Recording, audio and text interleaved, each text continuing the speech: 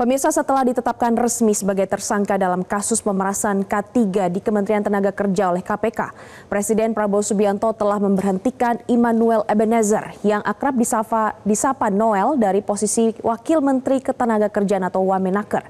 Hal tersebut disampaikan langsung oleh Mensesnek Prasetyo Hadi dan berikut ini pernyataan Mensesnek. Bismillahirrahmanirrahim. Assalamualaikum warahmatullahi wabarakatuh. Saya Prasetyo Hadi, Menteri Sekretaris Negara, dalam hal ini ingin menyampaikan berkenaan dengan perkembangan terhadap kasus yang menimpa Saudara Immanuel Ebenezer yang pada sore hari ini tadi telah ditetapkan sebagai tersangka oleh Komisi Pemberantasan Korupsi. Baru saja untuk menindaklanjuti hal tersebut, Bapak Presiden telah menandatangani keputusan Presiden tentang pemberhentian Saudara Immanuel Ebenezer dari jabatannya sebagai Wakil Menteri Tenaga Kerja.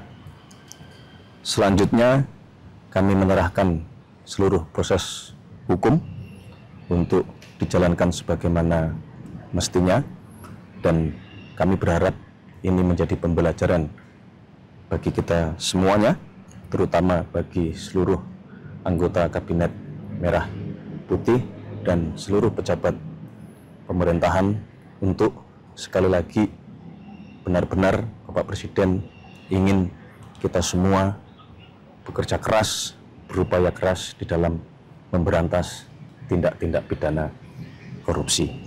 Demikian yang dapat kami sampaikan. Wassalamualaikum warahmatullahi wabarakatuh. Selamat malam, terima kasih. Pemirsa, sebelumnya Wakil Menteri Ketenagakerjaan Immanuel Ebenezer ditetapkan Komisi Pemberantasan Korupsi atau KPK sebagai tersangka kasus pemerasan pengurusan sertifikasi keselamatan dan kesehatan kerja atau K3. Menurut KPK, pemerasan dalam pengurusan SK3 ini dilakukan dengan memaksa buruh mengeluarkan uang 6 juta rupiah. Padahal biaya sertifikasi ini hanya Rp275.000. Wakil Menteri Ketenagakerjaan Immanuel Ebenezer alias Noel yang mengenakan rompi khas tahanan KPK terlihat berjalan menuruni anak tangga gedung KPK bersama 10 tersangka lainnya. Dengan tangan terborgol, Noel digiring menuju ruang konferensi pers KPK untuk disampaikan konstruksi perkara yang menjeratnya. Noel terlihat menangis. Ia juga sempat mengusap kedua matanya. Setelah itu Noel terlihat tersenyum seraya mengepalkan tangannya yang sudah terborgol ke atas. Setelah konferensi pers kepada wartawan, Noel sempat meminta maaf kepada keluarganya dan Presiden Prabowo Subianto. Dalam kesempatan itu, Noel mengklaim dirinya tidak terjaring operasi tangkap tangan. Ingin sekali pertama saya meminta maaf kepada Presiden Pak Prabowo. Kedua, saya minta maaf kepada anak dan istri saya. Ketiga, saya minta maaf terhadap rakyat Indonesia. Dan saya juga ingin mengklarifikasi bahwa saya tidak di OTT. Pertama itu. Kedua, kasus saya bukan kasus pemerasan, agar narasi di luar tidak menjadi narasi yang kotor yang memberatkan saya. Dan kawan-kawan yang bersama saya tidak ada sedikitpun kasus pemerasan. Dan apa yang kami lakukan sangat... Bang Noel merasa dijebak, Bang. Yang mati, Bang. Bang merasa dijebak nggak, Bang? Bang Noel merasa dijebak nggak? Ya enggak. Terima kasih kawan-kawan. Bang, jangan dijebak, Bang.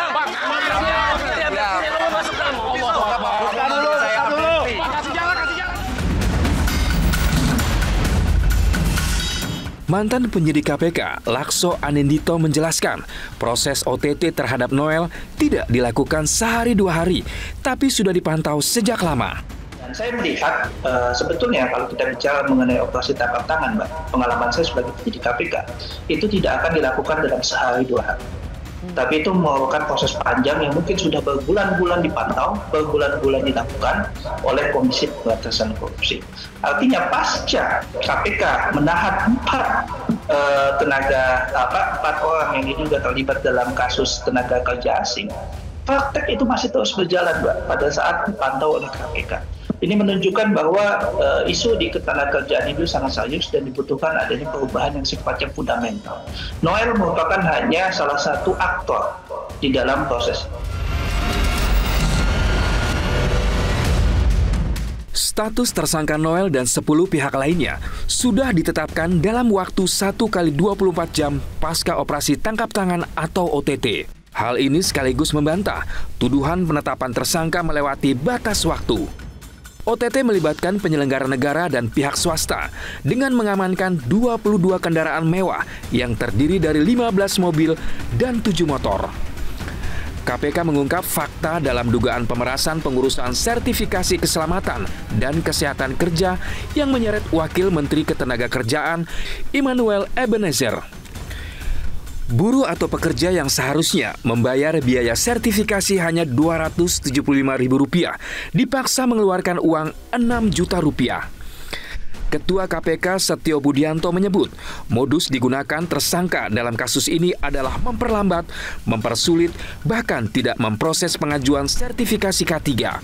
Biaya sertifikasi K3 sebesar Rp6 juta dipatok para tersangka 2 kali lipat dari gaji buruh.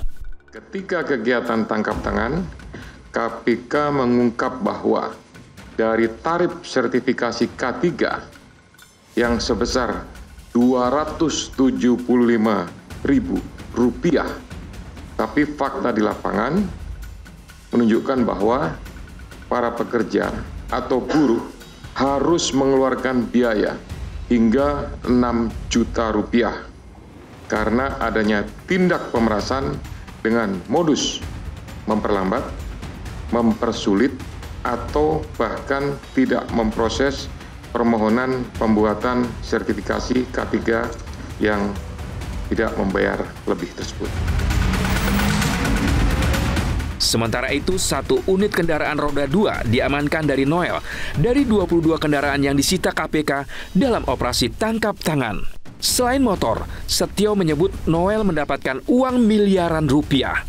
Menurut Setio, uang yang masuk ke kantong Noel berpindah tangan pada 2024. Uang itu berasal dari 80 perusahaan di bidang PJK3. Kemudian, sejumlah uang tersebut mengalir kepada pihak penyelenggara negara, yaitu IEG, sebesar 3 miliar pada bulan Desember 2024. Kemudian FAH dan HR sebesar 50 juta per minggu. Jelajahi cara baru mendapatkan informasi. Download Metro TV Extend sekarang.